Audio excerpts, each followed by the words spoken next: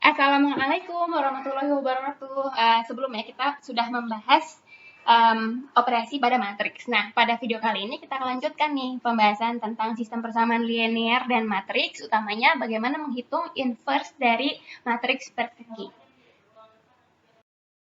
Nah, kita akan menghitung inverse menggunakan operasi baris ya. Jadi ini sangat menarik karena pasti rekan-rekan baru pertama kali belajar ini.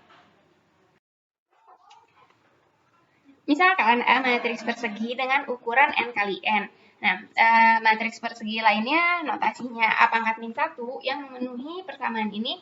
Jadi kalau si A pangkat min 1 ini dikalikan A atau A dikalikan dengan A pangkat min 1, dia hasilnya adalah matriks identitas dengan ukuran n juga ya.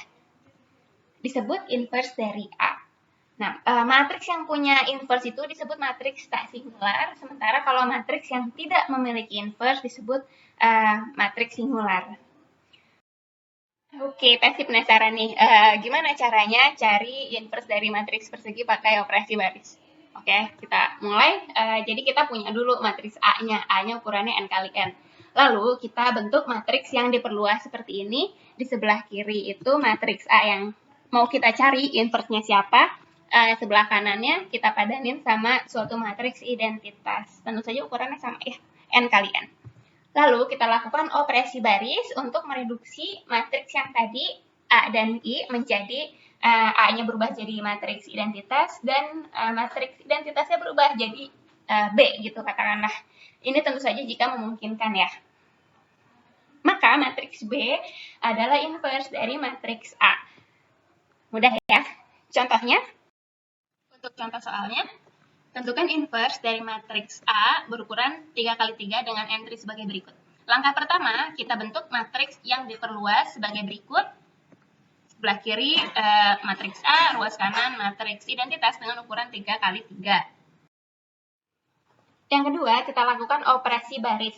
Sebagai catatan, operasi baris ini bebas banget, terserah kalian sesuai dengan kreativitas masing-masing. Yang penting dia legal, formal, benar ngitungnya.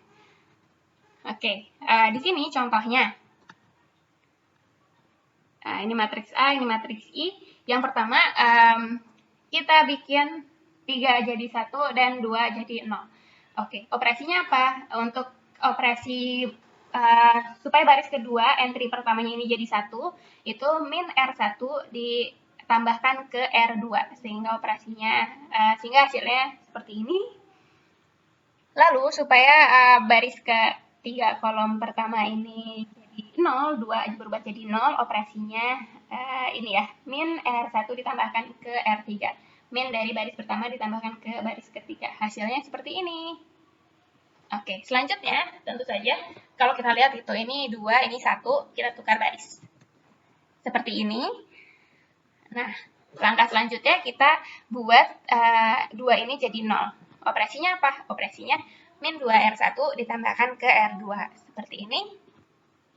Sampai sini kolom pertama sudah rapi, jadi kita bisa pindah ke kolom kedua.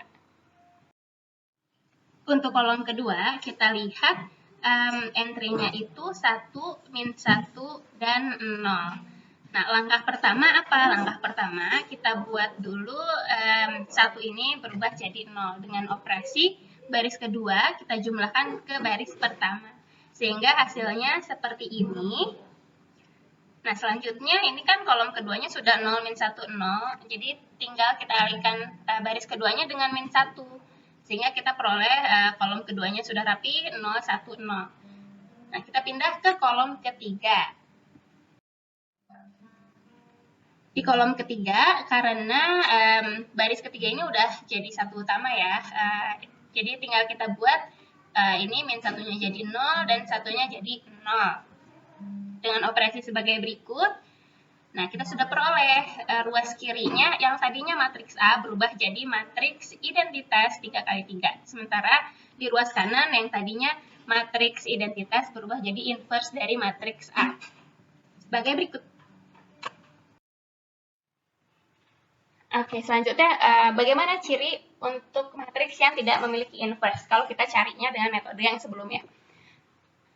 Tentu saja jika terdapat baris nol di ruas kiri matriks yang diperluas, maka matriks tersebut tidak memiliki inverse. Jadi waktu kita operasi baris, matriks yang di sebelah kiri ini, si A, nggak bisa diubah jadi matriks identitas. Misalnya ada baris nolnya gitu ya. Kalau seperti itu, kalau terjadi ada baris nol di ruas kiri, langsung saja disimpulkan kalau matriks A tidak punya inverse. Untuk matriks 2x2, tentu saja kita bisa pakai metode sebelumnya, tapi ini ada metode yang lebih mudah. Nah, misalkan matriks A 2x2, entry-nya A, B, C, dan D. Pertama, kita hitung dulu D besar. D besar ini untuk determinan ya. Jika D besar, A dikali D dikurangi B kali C tidak 0, maka A yang ukuran 2x2 ini punya inverse. Inverse-nya apa? Inverse-nya ini. A inverse-nya 1 per D besar, lalu ini join dari si A, dibalik ini D, ini min B, ini min C, ini A. Jadi A sama D ditukar, B sama C-nya dikasih beda tanda.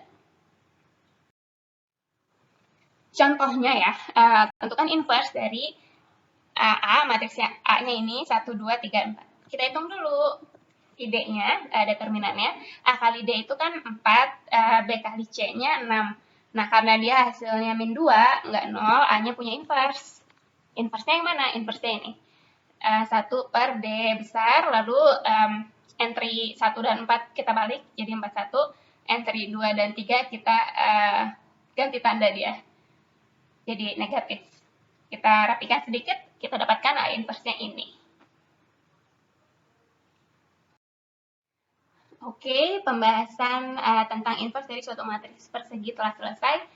Tolong kerjakan beberapa soal berikut sebelum masuk ke video selanjutnya. Terima kasih atas atensinya. Semoga materi pada video ini bermanfaat, dapat dipahami. Sampai ketemu lagi.